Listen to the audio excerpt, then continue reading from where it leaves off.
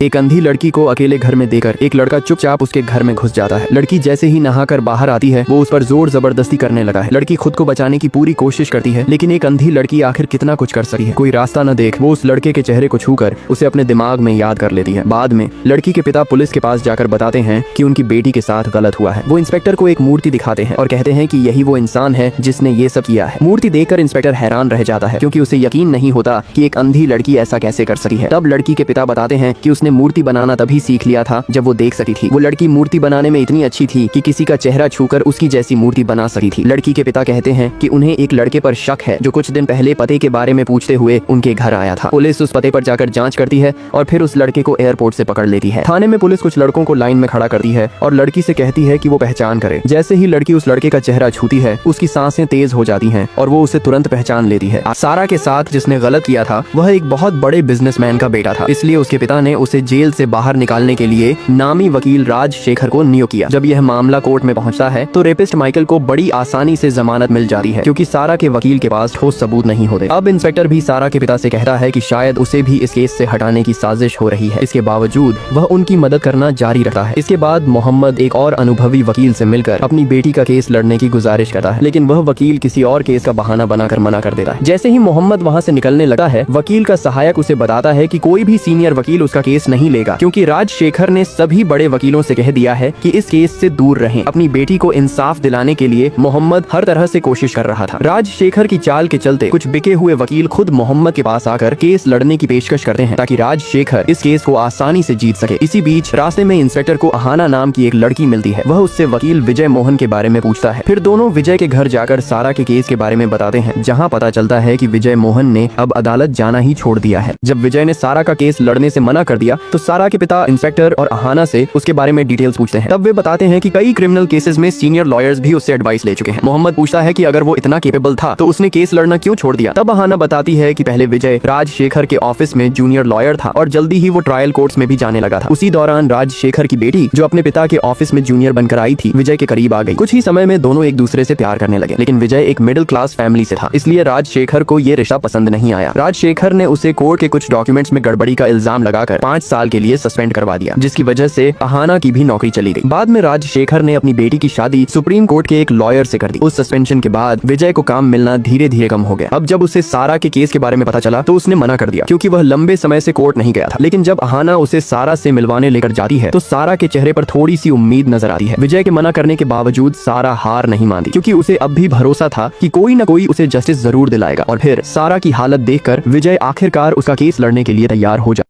अब विजय मोहन इस केस की जांच शुरू करते हैं, जहां सबसे पहले नौकरानी सीमा को बुलाया जाता है। सीमा कहती है कि सर और मैडम शादी में गए थे और मुझे भी बैंक जाना था, तो मैंने गेट लॉक किया और वहां चली गई। अब राजशेखर सीमा से क्रॉस एग्जामिनेशन के लिए आते हैं, जहां वो पूछते हैं बाहर वाले गेट की चाबी और किसके पास होती है, जिस पर सीमा कहती है कि दूसरी चाबी सर के पास है। फिर राजशेखर पूछते हैं तुम उस दिन बैंक क्यों गई थी। सीमा कहती है कि मुझे लोन लेना था। राजशेखर कहते हैं इसका मतलब मोहम्मद को अच्छी तरह पता था कि सारा घर पर अकेली होगी। वो सारा का बायोलॉजिकल फादर नहीं है, तो मुमकिन है उसने मौके का फायदा उठाया हो और सारा के साथ वो गलत काम किया हो। अब विजय मोहन सारा की माँ को घर बुलाते हैं, जहाँ वो कहती हैं कि इस घटना से एक दिन पहले हम घर में डिस्कस कर रहे थे कि हमें शादी में जाना है और सीमा को बैंक, तो सारा घर पर अकेली कैसे रहेगी। तभी माइकल वहाँ अपने दोस्त विनोद का एड्रेस पूछने आता है और सारा को देखकर हमारी सारी बातें सुन लेता है। अब राजशेखर सारा की माँ से क्रॉस एग्जामिनेशन करते हैं, जहाँ वो कहते हैं मोहम्मद आपके दूसरे पति है ना। जब आपके पहले पति ने लोन के चलते सुसाइड कर लिया तब आपने एक शादीशुदा मोहम्मद से शादी कर ली, सिर्फ पैसे के लिए, क्योंकि मोहम्मद एक अमीर आदमी था। ये सब करते हुए राजशेखर सारा की माँ को चरित्रहीन साबित कर देते हैं। ब्लाइंड सारा का केस कमजोर पड़ता जा रहा था, इसलिए उसके वकील विजय ने पिछली सुनवाई में जज से इजाजत मांगी थी कि वह उसका एक स्कल्पचर बनाए, ताकि जज को भी यकीन हो जाए कि जिस तरह उसने जिस आरोपी माइकल की मूर्ति बनाई थी वही सारा को इंसाफ दिलाने का पक्का सबूत था। जैसे ही जज ने इजाजत दी, राजशेखर की बेटी पूर्णिमा जो इस केस को उसकी जगह लड़ रही थी, उसे इससे दिक्कत हुई, इसलिए उसने मूर्ति के लिए इंसान चुनने का हक खुद लेना चाहा। उसने ये भी कहा कि सारा के साथ कमरे में कोई तीसरा इंसान नहीं होना चाहिए। जब सारा कमरे में थी वहाँ कोई और नहीं था। दरअसल माइकल का वकील खुद राजशेखर था। जब सारा उसका चेहरा छू रही थी उसने उसके सामने कुछ आपत्तिजनक शब्द कहे ताकि उसका ध्यान भटका सके। चेहरा ठीक से समझने के बाद सारा उसकी मूर्ति बनाने लगी। जब मूर्ति बनकर जज के सामने लाई गई तो जज भी उसे देखकर चौंक गया, क्योंकि सारा ने हूबहू राजशेखर जैसी मूर्ति बनाई थी। जज ने वकील को उसके पास खड़ा किया और सामने बैठे लोगों को दिखाया। ये देखकर सारा के परिवार के चेहरे पर खुशी दौड़ गई। खुद राजशेखर भी उसे देखकर हैरान रह गया। जब विजय केस जीतता है तो सारा उस इंसान को छूती है जिसने उसे इंसाफ दिलाया और उसका शुक्रिया अदा करती है।